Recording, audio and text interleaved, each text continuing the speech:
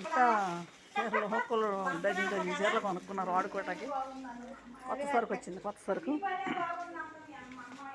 అంత కొత్త సరుకు వచ్చింది బాగా. కొత్త సరుకు వచ్చింది బాగా. బట్టలు షాప్కి వచ్చానండి, బట్టలు షాప్కి వచ్చాను. బట్టలు తీసుకున్నాను. అంతకుముందు ఇక్కడే 2 సార్లు కొనుక్కెళ్ళాను. పెద్ద కొట్టు, హోల్సేల్ కొట్టు ఇది.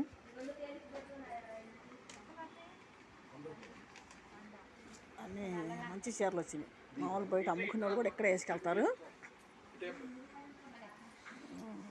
అన్నీ కొత్త చీరలు వచ్చినాయి, కొత్త చీరలు వచ్చినాయి, కొత్త చీరలు అన్నీ. అంటే దసరా వస్తుంది కదంటే కొత్త క్వాలిటీ వేసారు. అంతా కొత్త క్వాలిటీ.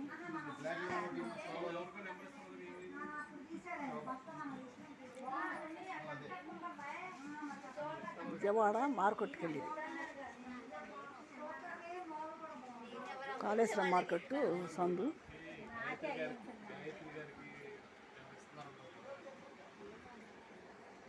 లంగాలండి, లంగాలు మంచిగా చూపించండి.